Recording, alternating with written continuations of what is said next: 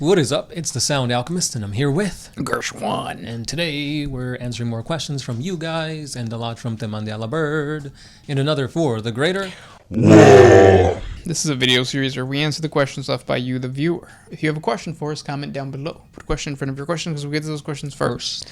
That is what Evangelium did. He asks, has there ever been an instance of a Necron allying with a Chaos warband? Not off the top of my head that I can think of. Usually Chaos and Necrons don't get along just because Necrons hate warp powers, and then just Chaos is warp powers. Exactly, yeah. Besides, like, the whole thing of, like, they don't have the same end goal, Chaos is very fractured. Every warlord has their own agenda and will stab somebody in the back to get it. When it comes to the Necrons, yeah, they each have their own dynasties that are trying to do things, but they have that one unifying power, and that is the Silent King. That is like the Emperor to the Primarks, in a way. So the Silent King can and will unify all the dynasties together. But when it comes to Chaos fighting alongside the Necrons and having some type of treaty with the Silent King, I don't see that happening. Yeah. It might for a little bit, but in the grand scheme of things, they're going to double cross each other. Yeah, they do seem to be like the two bosses, aside from the Imperium. And it's interesting to see how Chaos would fight against like the powers of the Catan and like the reality bending and warp changing things, like how that would like coincide with one another. Yeah. This next one is by the MandelaBird. What are your top 5 awesome OP in the lore but sucks on the tabletop unit models and characters? Abaddon. I actually played Abaddon this Sunday. Dude wasn't as awesome as I thought he was. That's the same for most characters. Like you play Gilliman, you play maybe not the ones that like what's the one that allows you to kill like the Nightbringer? Yeah, the Nightbringer's Gaskell. Well, Gaskell's not even that great. But he can survive. That's the thing. Keep him alive long enough to get into combat and he could just like tag everything. But the key to playing, or the key to fighting Gaskell, I've noticed, is like focus all fire on him. Right. Because it's per phase, not per turn. So you can get him on the shooting phase, in the psychic phase, the melee, close combat, Yeah, so you can drop him down. It's a limit of 4, right? I believe so. 4, 8, 12. And I think he's less than 20. I know he's less than 20. So. Yeah, it's a little harder with the Catan because I think they only take 3 per phase, and they have around like that 14 or something like that. So you're at least guaranteed that they'll survive the first turn if everything does the 3 wounds in each phase. Yeah. But by that turn, if you have to get into combat, they're at least going to hit back. So, and knowing the freaking Nightbringer, the dude can ignore damage modifiers and invuln saves. So he basically, whatever goes up against him is dead. Yeah.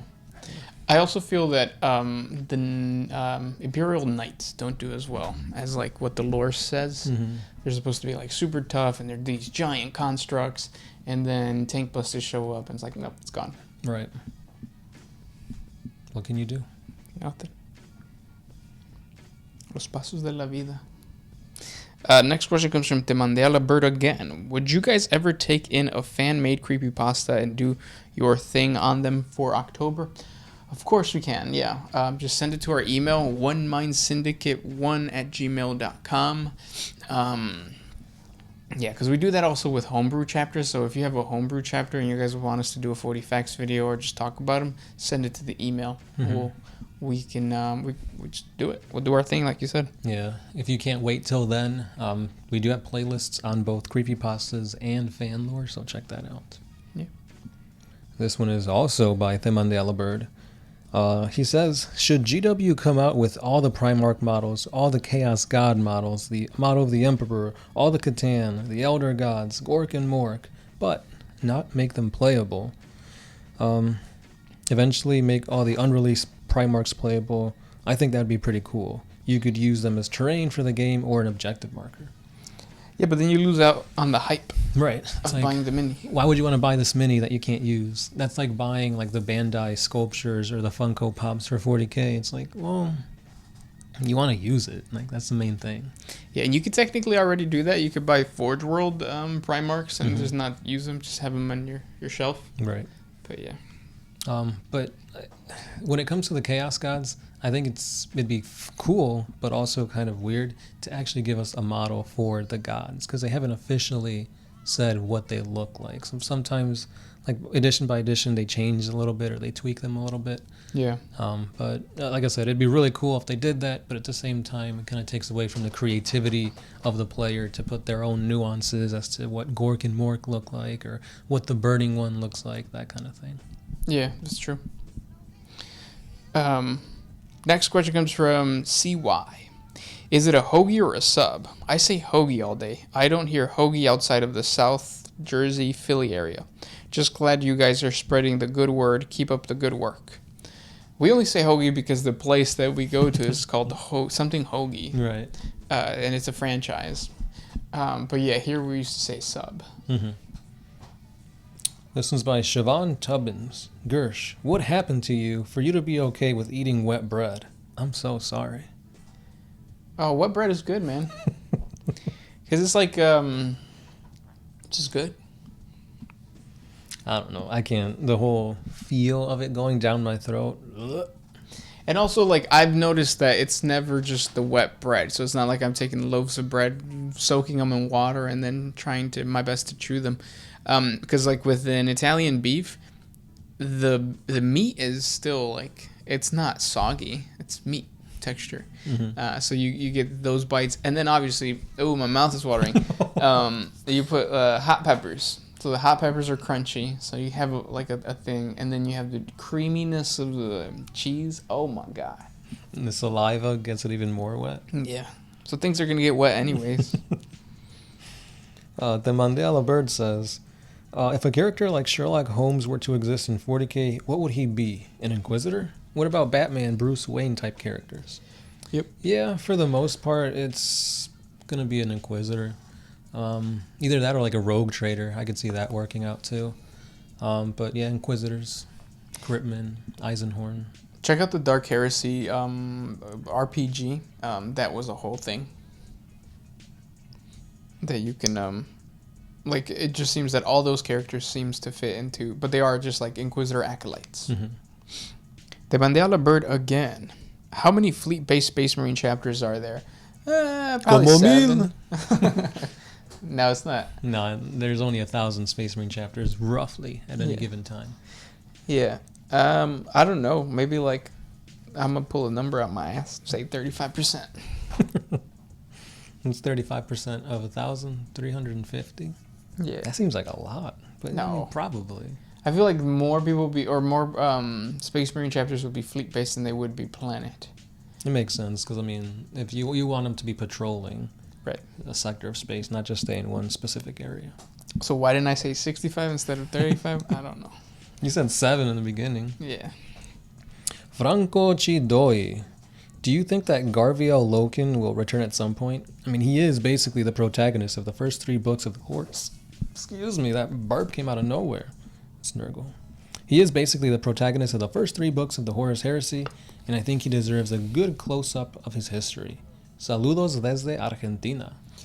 Probably not, because he's not mainstream enough. Only Dark Heresy or Black Library. So if you read the novels. He does have a model though. For Horus Heresy. Oh. But yeah, that's the thing with all those Horus Heresy models. They exist for that game, and I feel like GW was really trying hard to say there's a separation between 30K and 40K.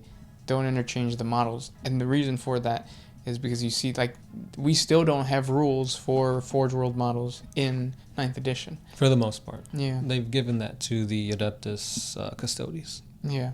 But that's it. That's also because the Adeptus Custodes are 4 models in the GW site. Pretty much. Yeah. But yeah, who knows? Maybe. Yeah. And I think they're still in 7th edition. Damn. In Horus Heresy. Damn. Yeah. So they still got initiative? I think so, yeah. Pie plates? Next question comes from the MandelaBird. Are Necrons all one color? How can you differentiate from dynasties to dynasties? Usually the green glowy bit might change. Sometimes the silver gets darker and stuff. But that is one of the pains about Necrons. Yeah, usually it's the named characters that have the intricate designs, the heraldry, I guess you could call it that. The blues, the purples, the greens. Mm-hmm. Next question comes from... Do you got one?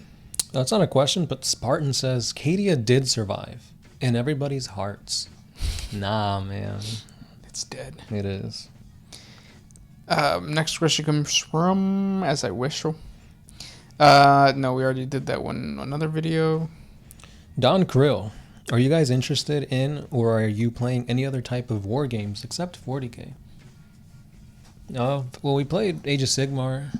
For like a month. Yeah. D&D. I don't know if that counts as a war game, though.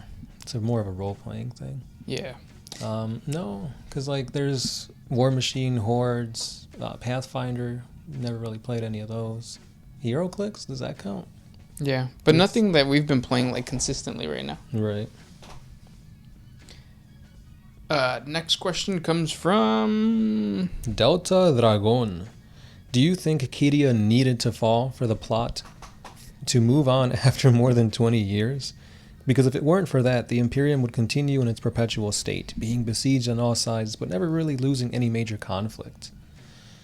Yeah, I think so.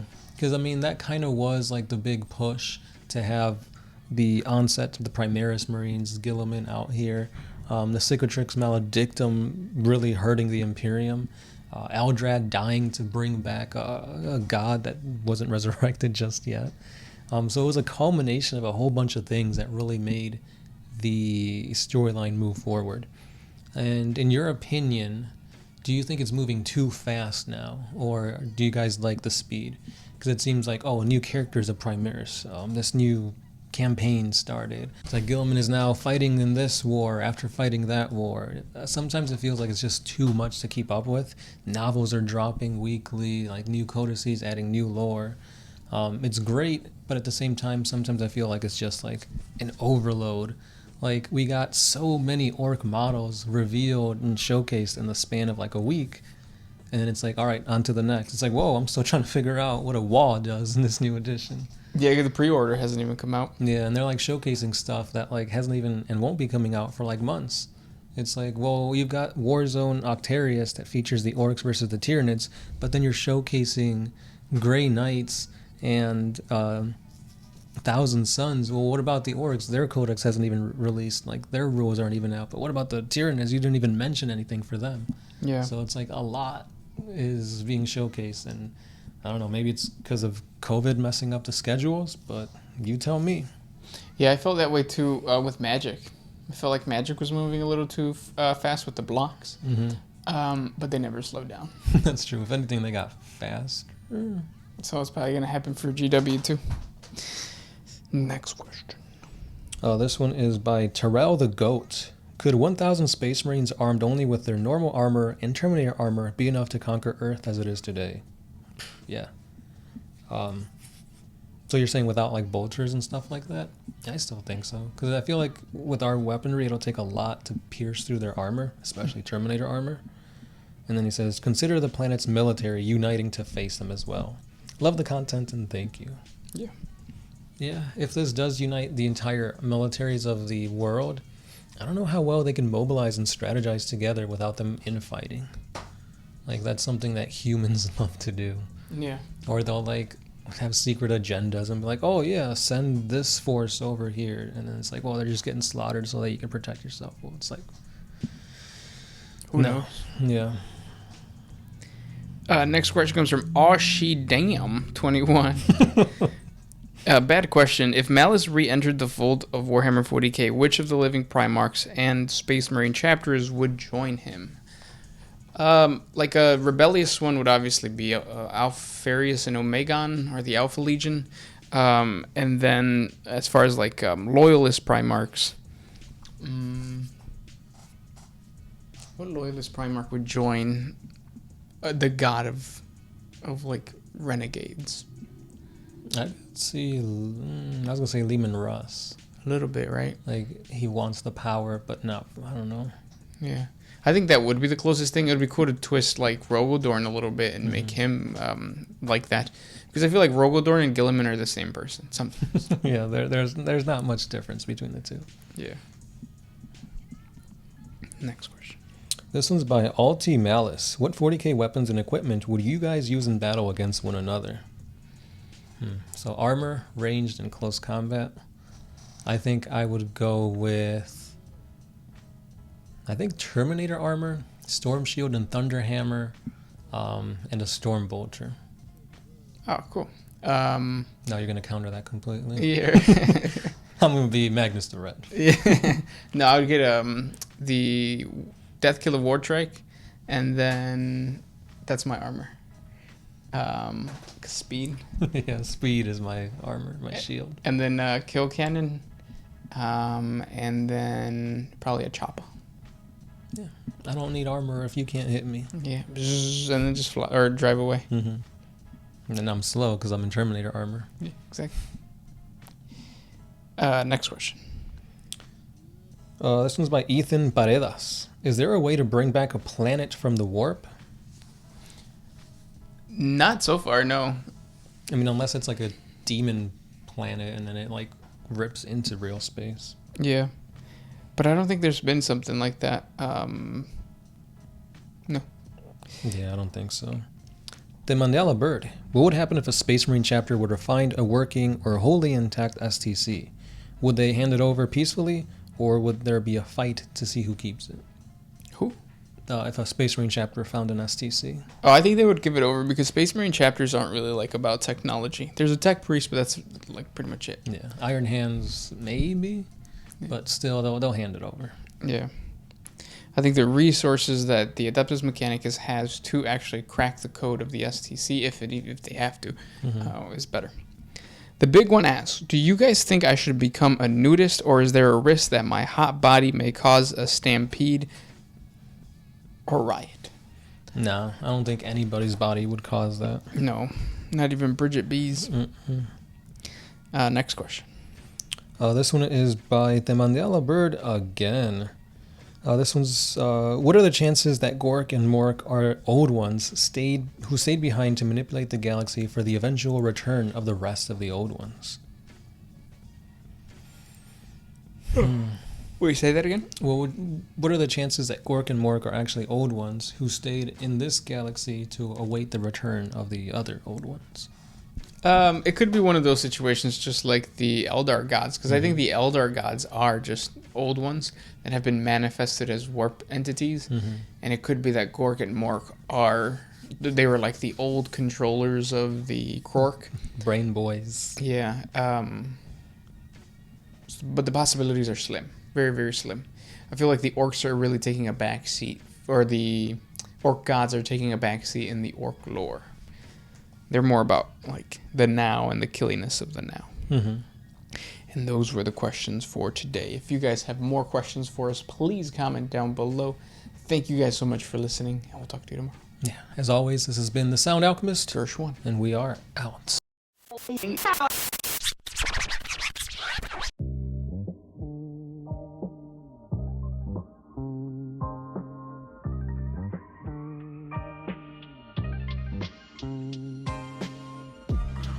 I used to put my